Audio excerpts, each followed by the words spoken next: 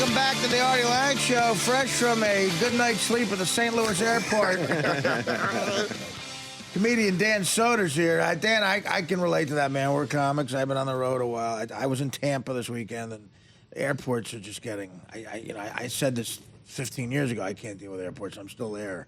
Yeah, it's like not happy places. It's like the dentist office with a worse soundtrack. It's like, so what?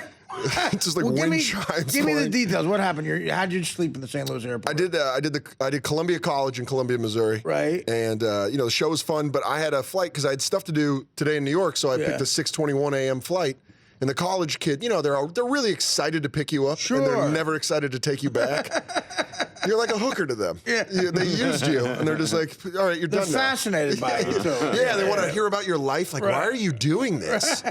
And they're like 19 and just pie-eyed. What's it like in New York? Yeah. Oh, is there really that many Jewish people there? You're like, all right, Columbia, Missouri. No, but it was and then they dropped me off at the airport, and then they dropped me off at midnight. My flight's not till 6 a.m. Oh, man. And, a lot of people don't know this, but airports close. Yeah. They're supposed to. Yeah. There's a moment where a light turns off, and it's severely depressing because you're you and maintenance. Yeah. And maintenance is annoyed by you because you're trying to find a corner to sleep in. Oh, God. Yeah, you described my worst nightmare. I just hate I hate the road, man. I hate the airports.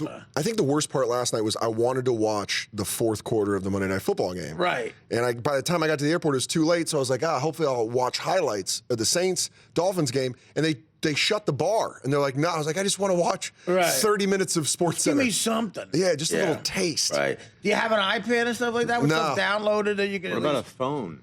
A phone, but we're trying to watch. I can't do that. I can't do it. It feels. Yeah. Can you? I'd rather not watch it. I've done it. I mean, it's not the same. You know what it is? It's like in action movies where the hero has the ankle gun. That's what the phone is. It's like a last resort. You're just like, I'm going to use my ankle gun. Yeah, but then it doesn't work. Yeah, it misfires. Exactly. Yeah, I guess the iPad thing with stuff downloaded is amazing. There was a guy next to me, and I still haven't fully embraced this. I don't know. I have an iPad. I should embrace this because there was a guy next to me. I was in Tampa this weekend. Yeah. So I was on the plane next to this guy coming back, and he had the iPad set up on his, tray, and he had episodes of I don't know, some show. What was he watching? Not Breaking Bad, Homeland. He had like old Homelands on the and I was like, well, the guy's flight's going to be way different than it's going to be unbelievable. And you don't even have to have that good of a show on iPad. Right. I will watch reruns of Family Ties. I don't even care. Something to kill time. Yeah, you just need something. And then when I was sleeping in the airport, they had those pianos at one of those restaurants. Right. You could get it. And so I'm trying to sleep, and I'm hearing the piano being played, and I'm like, it's the airport music. And then I look up, it's a girl playing the piano. And I was like, that's a ghost. That's got to be a ghost. Which was a piano bar? There was a piano in the restaurant, and it didn't have it wasn't completely blocked off. Like you could just step over kind of a boundary. Oh. And she was just playing that Celine Dion, My Heart Will Go On song. Of course. That's what you want. And I scared her more because I was like, that's amazing. You mean the one from Titanic? Yeah, she kept playing the Titanic song, which was more depressing sleeping in an airport. Oh, my God.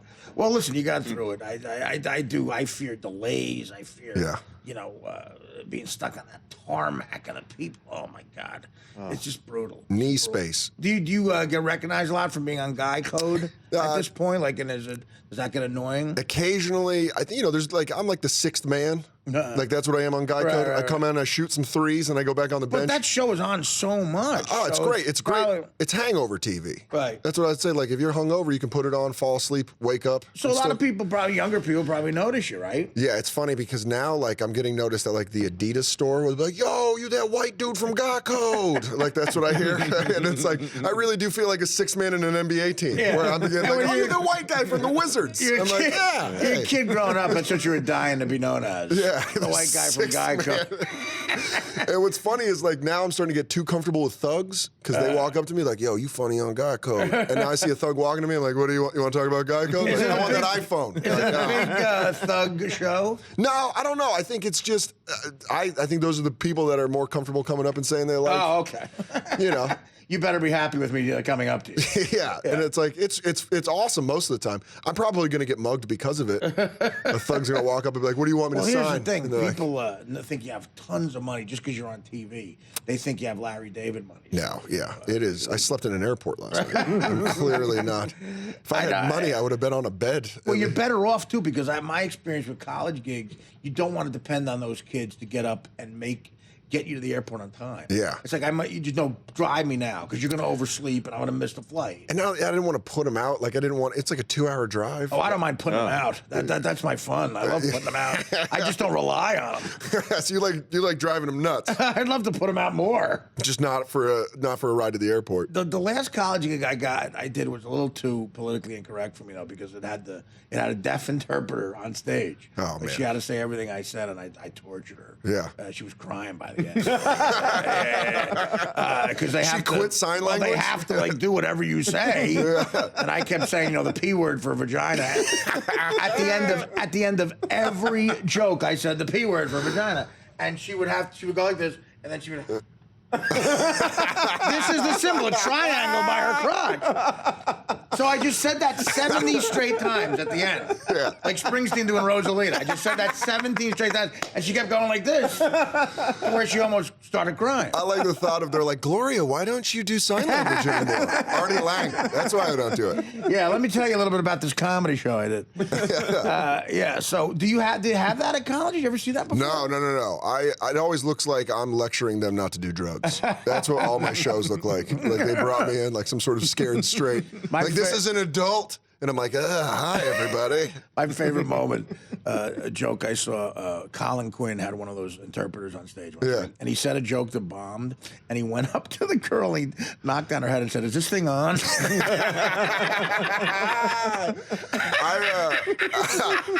That was a Caroline's. I never laughed so hard about it. Yeah, Quinn is like one of those guys where he just has those things. Oh, it was like a death benefit, too.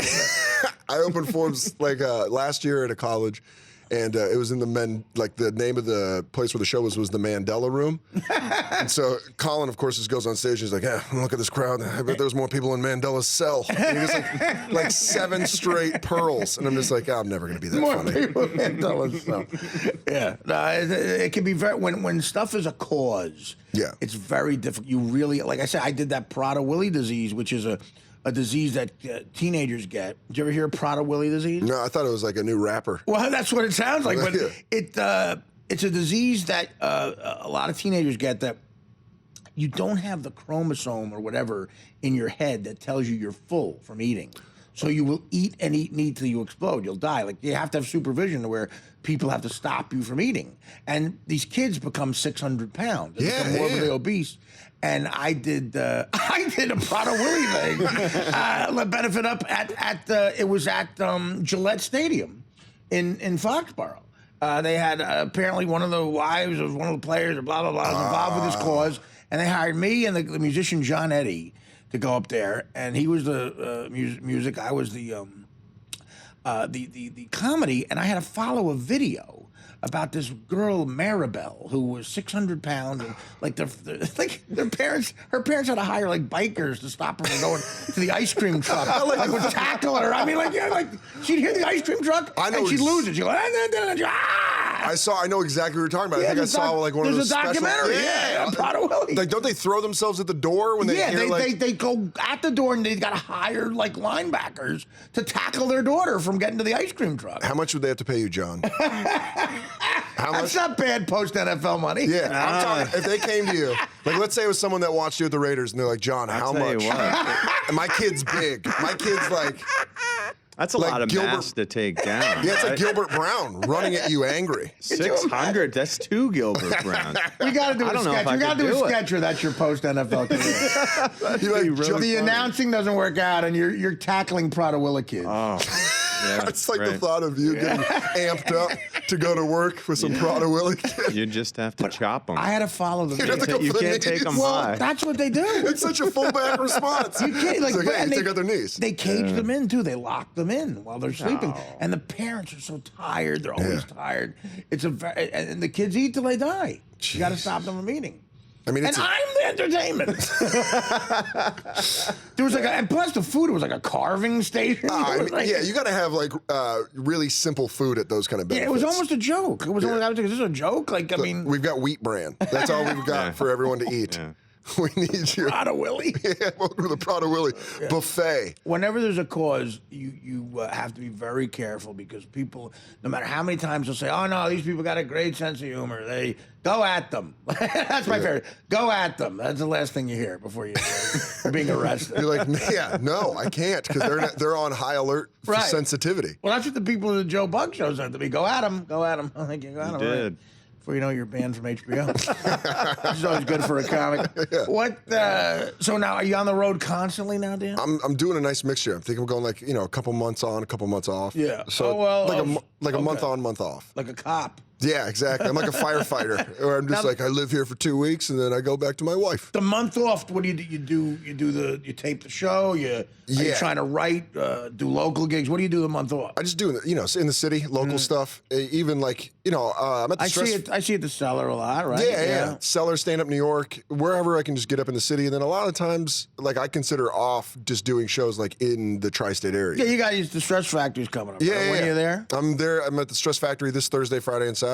That's great, man. Great club, and I'm excited. First time headlining it. So. Oh, really? Yeah. Oh, good for you, man. That's an awesome club. Yeah, I've always had fun when I've done it, but I've always done it on off nights, like Wednesdays and Thursdays. So It's a perfect crowd. It's a perfect mixture of like college type kids, but suburban people who want to go out for the night. They're early 20s, late 20s, early 30s. So it's a great crowd at the Stress Factory. yeah, and Vinny Brand's great. So Yeah, it'll be Vinny. he's a good guy, and it's fun to work with like an owner that you like. Yeah, that you're, Vinny like, owns the excited. place, and he's great. He's a comic himself, so he understands comics. Yeah, so That's good. and then then I'm going to like Albany. I do like that kind of stuff, and then Yeah. it's like and out to Kansas City or It's something. not a bad drive, Albany. Yeah, I haven't been to Albany. I've never been. I'm going like on. I feel like I'm learning. I'm traveling, well, but it's not a place you're going to want to in get. the most unromantic way possible. You're not going to want to get a summer home there. Where's Dan? He summers in Albany. Yeah. Believe me, you're not going to fall in love with Albany. Yeah. But, I'm sending you a postcard from Albany. Again, it's a good place to do a gig. It's a good place. It's kind of local. All right, you can hang out for a little bit, right? Yeah, absolutely. We're gonna hang out and talk more with Dan Soder. It's the first wild card game tonight. Pittsburgh beating Cincinnati 5-1. What inning it? It's got to be Top late. of the now. It's seventh. seventh. Yeah, Now. top Okay, seventh. so Cincy better start doing something, or else Pittsburgh will advance. And we're back with Dan Soder after these words. The Artie Lange Show, weeknights on Audience, only on DirecTV.